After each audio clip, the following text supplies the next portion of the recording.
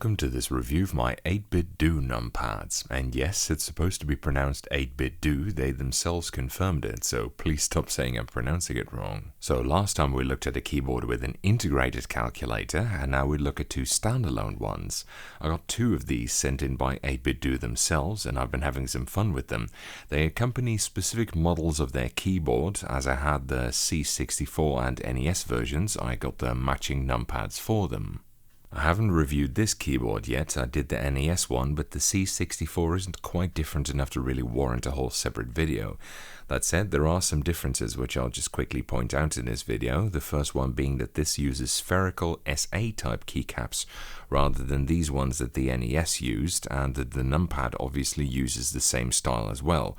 Note that these keycaps have a pretty smooth texture and they're double shot ABS, not PBT like the other models, so they'll slick up faster. That said, the lettering should last forever being double shot, so I wouldn't worry about it, to be honest. They're great caps. It also comes with a magnet in the case to latch onto each other, like so. This is a pretty cool addition that they hadn't done for the NES one yet when that one was developed, so that version doesn't have it. You need magnets in both the numpad and the keyboard for it to work, by the way. They have started putting that on all their models now though, so the ones you buy now will all be magnet outfitted. I should point out that it only sticks in this orientation. The numpad doesn't stick to the left side of the keyboard, which a bunch of people asked me about in the unboxing video. So this numpad comes with a USB-C port to connect to a computer or charger, and it has a magnetically attached Bluetooth dongle in the bottom housing as well, just like the keyboards themselves. So it doesn't work with those 3.5mm cables that the joystick and macro buttons come with.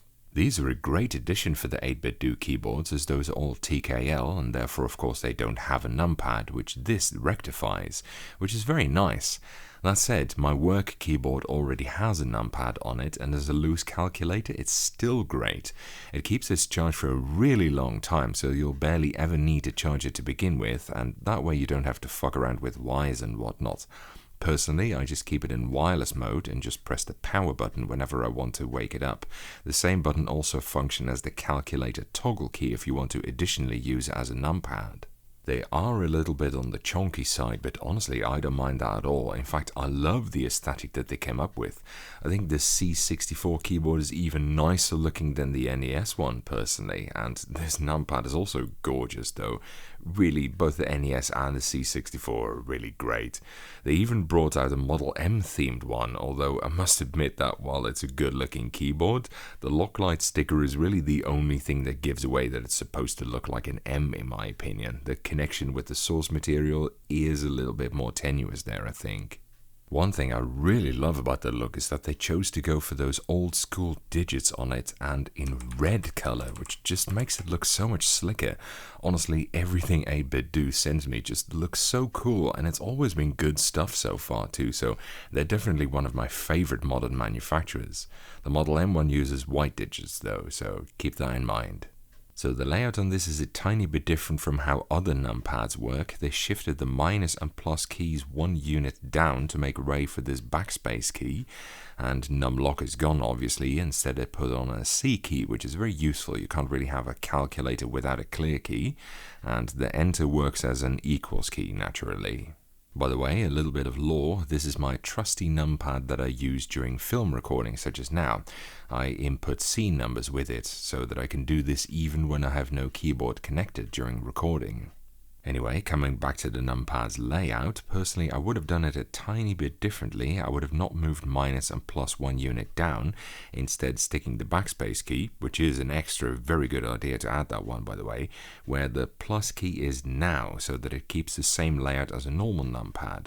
I'd also add an answer key to it, maybe split the enter key for it, as it's very useful to be able to use the answer you got in a follow-up calculation. Finally, one more change I'd make is the purpose of this button here, which by default opens the calculator function of your computer.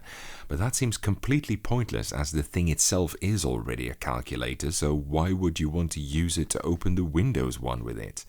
Instead, what I would do is add a send command, which is super useful. It basically outputs the content of this screen to your computer so that you can use the result of your calculation in a program. Focus had a key like that on their FK9200 model, and I used it a lot. It was great. Unfortunately, the numpads are not programmable, so you can't adjust the layout yourself or use it as a macro pad. It's not the end of the world, but it would have been a nice addition, I think. Maybe they'll incorporate that in the future or something. It uses the same case type as the 8BitDo keyboards themselves, so it's plastic and hollow, which ensures that it has fantastic acoustics. Honestly, this is probably the best sounding modern numpad in the world. By default, it ships with Kailh BOX White V2, which are click bar switches. It's the same type that also ships on the keyboards themselves by default. This is a very good choice for feel and sound. If you want to pimp them up a bit further, stick some Zeal PC clickies in them, and you have one heavenly ass numpad. Basically, I love these things. They're really good. And not just that, they're only $45 a piece, which is fantastic value even for just a loose numpad, let alone one that also works as a calculator, and a good one at that. Honestly, these things are a steal. I just get one or two because these are fantastic additions, especially if you use a TKL keyboard or something like that. You know, you can put them away when you don't need them and move them back when you do. What's not to like here? Seriously. Anyway, that's it for this short review. Thank you for watching. I hope you enjoyed it. And following is a typing demonstration of me typing on the C64 keyboard and a random calculation sound test on a numpad. Note that it buzzes when you overflow the input, so if you're wondering, that's what you're hearing.